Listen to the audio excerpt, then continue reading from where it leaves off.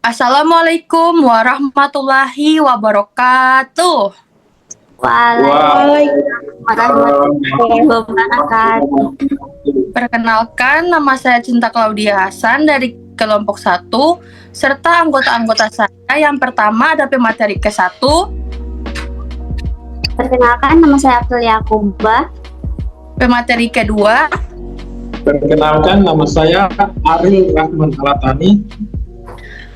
Kepada pemateri ketiga. Perkenalkan, nama saya Kristi Mailensum. Hari ini kelompok kami akan membahas terkait konsep aset. Nah, teman-teman, sebelum kita masuk ke pembahasan yang lebih dalam, pertama-tama kita harus mengetahui terlebih dahulu apa itu aset.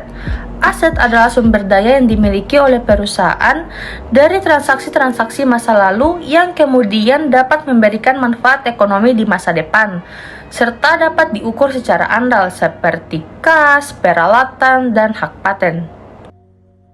Selanjutnya ada karakteristik dari aset. Yang pertama adalah memiliki manfaat ekonomi di masa depan. Yang kedua, dikuasai atau dikendalikan oleh entitas. Yang ketiga, berasal dari transaksi-transaksi masa lalu. Serta yang keempat, dalam kondisi tertentu dapat dipertukarkan. Nah, berdasarkan karakteristik tersebut dapat disimpulkan bahwa aset merupakan sumber daya yang dapat memberikan manfaat ekonomi di masa mendatang. Aset. Aset terdiri atas dua jenis, yaitu aset lancar dan aset tetap. Aset lancar adalah aset yang dicairkan atau diubah menjadi kas dalam waktu singkat, biasanya dalam periode 1 tahun atau 1 siklus operasi perusahaan. Contohnya seperti kas, rekening giro, investasi jangka pendek, piutang usaha, wesel, persediaan barang, dan beban dibayar di muka. Aset lancar digunakan untuk mendukung kegiatan operasional perusahaan sehari-hari karena memiliki tingkat likuiditas yang tinggi. Kemudian, aset tetap adalah aset berwujud yang dimiliki perusahaan untuk digunakan dalam kegiatan operasional, tidak untuk dijual kembali. Memiliki masa manfaat lebih dari 1 tahun.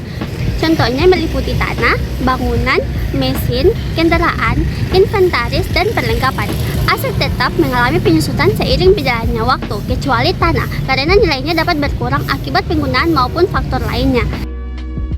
Baik, di sini saya akan menjelaskan pengakuan aset. Pengakuan aset adalah proses pencatatan suatu aset dalam neraca keuangan berdasarkan aturan tertentu agar aset yang dicatat benar-benar ada serta menghasilkan informasi yang relevan dan andal. Pengakuan aset dapat dilakukan melalui aturan informal seperti pencatatan piutang saat terjadi penjualan kredit maupun aturan formal yang diatur dalam standar akuntansi. Secara umum, suatu aset diakui apabila memiliki kemungkinan memberikan manfaat ekonomi di masa depan dan nilainya dapat diukur secara andal. Kemudian di sini saya akan menjelaskan juga tentang definisi pengukuran aset.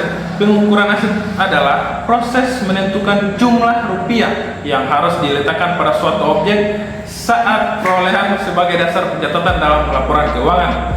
Salah satu kriteria pengakuan aset adalah manfaat ekonomis di masa depan dapat diukur measurability, atau pengukuran ini penting agar informasi aset yang disajikan relevan dan andal. Yang selanjutnya adalah penyajian. Secara umum, prinsip akuntansi yang diterima umum mengatur bahwa aset disajikan di sisi debit kiri pada neraca bentuk akun atau di bagian atas pada neraca bentuk laporan. Aset diklasifikasikan menjadi aset lancar dan aset tetap, serta diurutkan berdasarkan tingkat likuiditasnya. Yang paling lancar disajikan terlebih dahulu.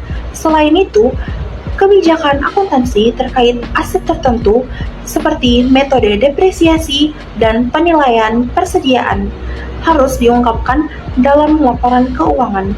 Yang terakhir adalah pengungkapan. Jika bunga dikapitalisasikan sebagian atau seluruhnya, informasi biaya bunga bisa berkurang sehingga perlu diungkapkan dalam laporan keuangan agar tetap andal dan tidak menyesatkan pengguna. Pengungkapan yang diperlukan ada 2, yaitu yang pertama, jika tidak ada bunga yang dikapitalisasi, seluruh bunga dibebankan sebagai biaya periode berjalan. Dan yang kedua, yaitu jika sebagian bunga dikapitalisasi, harus diungkapkan total bunga yang terjadi serta bagian bunga yang dikapitalisasi.